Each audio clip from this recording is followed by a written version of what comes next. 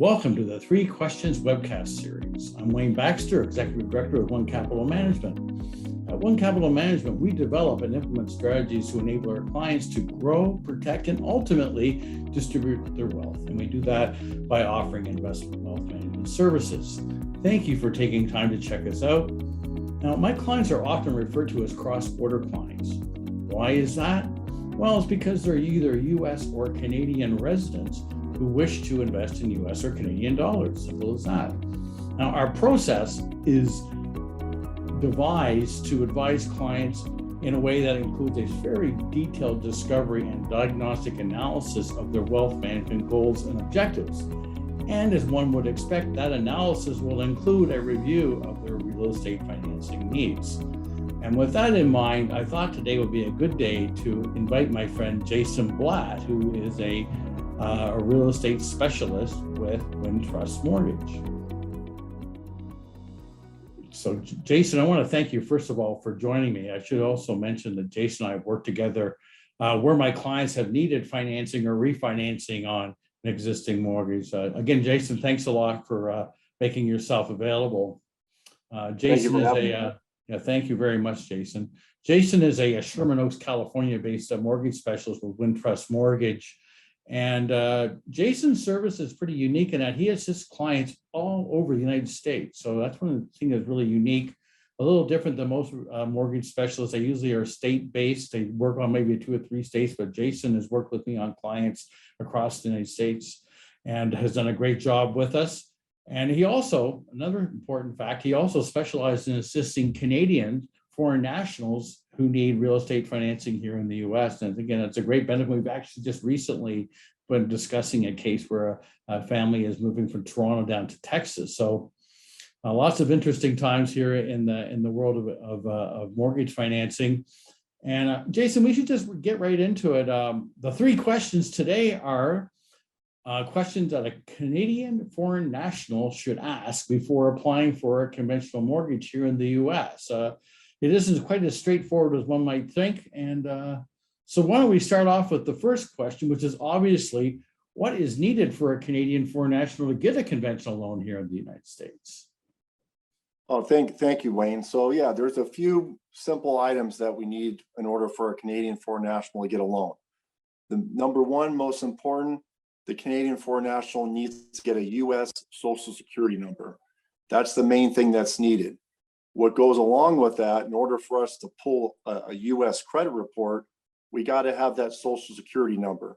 So having that valid Social Security number will allow me to pull a credit report, and we will pull from all 3 credit bureaus, which is Equifax, TransUnion, and Experian. Another thing that we're going to look for and ask for is a current and unexpired employment authorization documentation. So what is that? It could be a green card, a valid green card. It could be any type of valid work visa.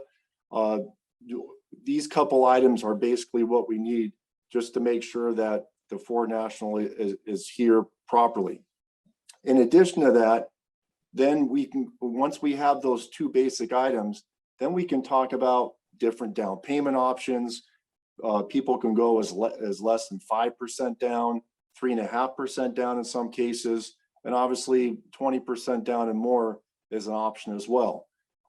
In addition, we'll also talk about different types of loan programs, 30-year fixed, a 10-year fixed arm. And basically what that is the loan is fixed for 10 years, and after that, it turns into an adjustable loan. So many times the loan products are a little different between Canada and US. So we'll spend a little bit of time talking about what the major differences are. I'm going to go back and just on the list here, as far as getting, once you have the Social Security number, and if you're a new person just looking to come to United States from Canada, that credit report is going to look pretty sparse. So how are they going to be able to improve it to the extent that it will satisfy the underwriters when they're looking to finance their mortgage? So great question. So there are times where the Social Security number is so brand new, we're not even getting a valid score. So in cases like that, we walk them through, and sometimes it can happen very quickly.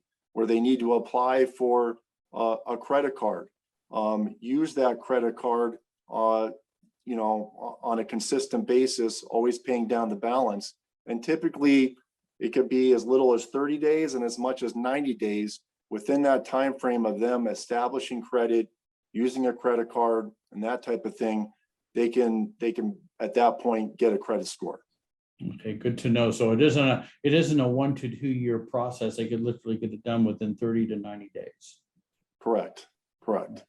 So the first question again is, what is needed for a Canadian foreign national to get a conventional loan in the US? Obviously, the first thing is social security number, and then a verification of employment, and that could be a green card or other types of visa. Down payments, you're saying that you can go anywhere as potentially as low as 3 to 5%. Is that correct? Correct. All right. And types of loans, again, the one thing that's in the US is that the types of loans in terms of duration of loans can be pretty broad, and also the way the financing strategy could work. It also, you go with a fixed or adjustable rate mortgage depending on the strategy. So the second question is, what if I'm, and this is the Canadian national speaking here, what if I'm in the middle of a job transition from Canada to the US? What then? Maybe I'm not even officially employed in either country. So yeah, and this happens a lot. So many times a Canadian foreign national will call me up. They're in the middle of a job transition. But the main thing that we need to close the loan, because a lot of times the reason why they're moving is they've already been offered a job. So they have a job offer letter in hand. They have a start date. We can see what their salary is. So most lenders, not all of them, but most lenders are allowed to take that job offer letter, use that income off the letter, and as long as the note date is 60 days from their start date, then at that point we can close the loan. So there are many times we're closing a loan before they're even starting their job, as long as we're closing the loan about 2 months before they start. So there are some alternatives where, a Canadian foreign national can secure a mortgage or a home before they actually start their job, as long as they have that a valid job offer letter or contract in hand. And it also coincides with having an appropriate visa or green card as well, correct? Exactly. Still has to have. They go hand in hand. All that goes hand in hand. Correct. Okay. Now this could get a bit more granular here, because again, there are many different types of loans that you can apply for here in the United States. And there's conforming loans, there's non-conforming loans. I'd like you to take a little bit of time, Jason, just to sort of give our listeners or our viewers a chance to understand a little bit more about how these loans work and where they might be applicable. Sure, you got it. I'll keep it fairly simple here. So there's the conforming loans, which these loans are typically have a loan limit 647,000 and under. And so a conforming loan is typically a loan amount that a bank can sell to Fannie Mae or Freddie Mac, which are, and Fannie Mae and Freddie Mac make the guidelines so that the banks could sell these loans off into the secondary market. So when the bank knows we have a conforming loan limit, the guidelines typically could be a little bit less stringent. For example, we may allow to go a little bit higher in debt to income ratios. We may allow to have a little bit lower credit score. We may not require as much of a credit history. Sometimes, like we were talking about, there only may be a 3 to 4, 5 month credit history in the US. Fannie Mae and Freddie Mac are typically okay with that. Again, a conforming loan. And we may not need a ton of reserves in the bank, cash in the bank after closing. So the conforming route is the typical route that we like to choose for a Canadian foreign national. But there are times where we have to go what's called non-conforming, or some people will call them jumbo loans. So these loans are typically 647,000 or higher. And so when you have a jumbo loan, these are not secured by Fannie Mae or Freddie Mac.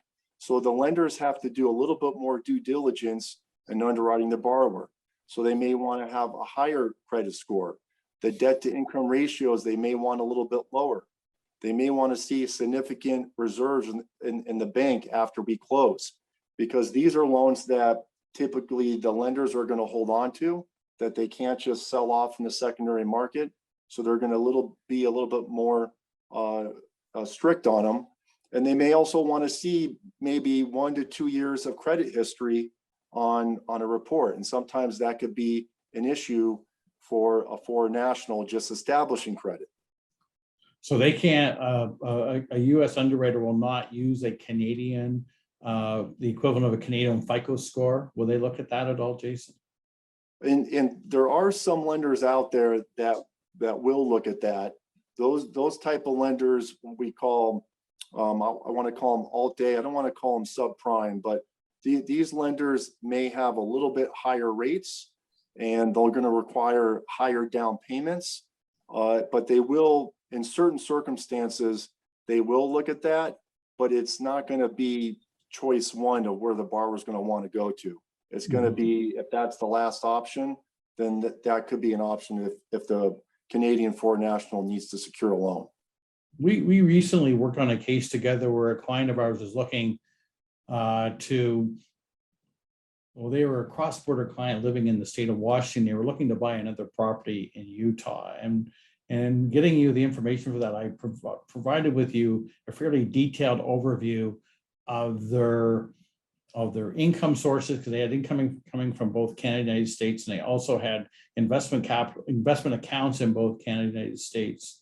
From an underwriting perspective, I know you found it useful information, but from an underwriting perspective, does that information influence their decision? So gathering all that data, providing them with that information, and giving me a sense of, how much income they have coming from all these just different sources, does that impact ultimately the underwriting decision and how the interest rate being charged and so on? Yes, exactly. So all the documentation coming in is it allows not only the underwriter, but myself too, because I will also pre-underwrite the loan and find out which kind of bucket that the client will fill in. So it could be conforming, non-conforming, and sometimes if the debt to income ratios are too high, then that could go to a more conforming bucket. So all those things that you provide up front definitely help. They're absolutely needed in order to figure out which direction we can go into. All right, great. So I guess the main point regarding conforming versus non-conforming is, quite frankly, is the loan limit. So it's $647,200, and that's applicable in every state. So it doesn't adjust from state to state to state. So every state it's $647,200. Correct. There are some states and there are some counties. For example, LA County, where I'm based at, they may have what they call higher loan limits for conforming based, but to keep everything simple, most states are at that 647,000 and below. So, and even in California, where you may have a higher loan limit, they'll still do jumbo loans over 647,000. Got it, understood. And I guess one last thing just on this, the mortgage rate. So let's say apples to apples, if the person's credit score and everything else works out, will they get a comparable rate of interest on a mortgage that's similar in style or in type, or does a conforming loan provide a lower rate opportunity or a higher rate? It's a great question. Yeah, so typically rates are based off of FICO score and loan to value. So there's many times where a non-conforming or a jumbo loan will be just as low or even sometimes lower than a conforming rate. So there's the rates are going to typically be right around the same depending on the profile of the client. Perfect. Well, Jason, you've done a really good job today explaining this, and I really appreciate it. I have another question actually for myself here. How far in advance? So we're looking at a Canadian who's thinking about, maybe they've got a job offer. They got a sense that this thing is going to happen where they're going to be relocating. How far in advance should they be looking for applying? Maybe they're coming to you saying, I just got a job offer. My employer in the US is putting the paperwork in for my work visa? Like when can they apply? When should I apply? Yeah, and I tell everybody always as soon as possible, because like we talked about very early in the conversation, do they have a social security number? Okay, that's great. They have a social, but now we have to make sure that that credit score comes through.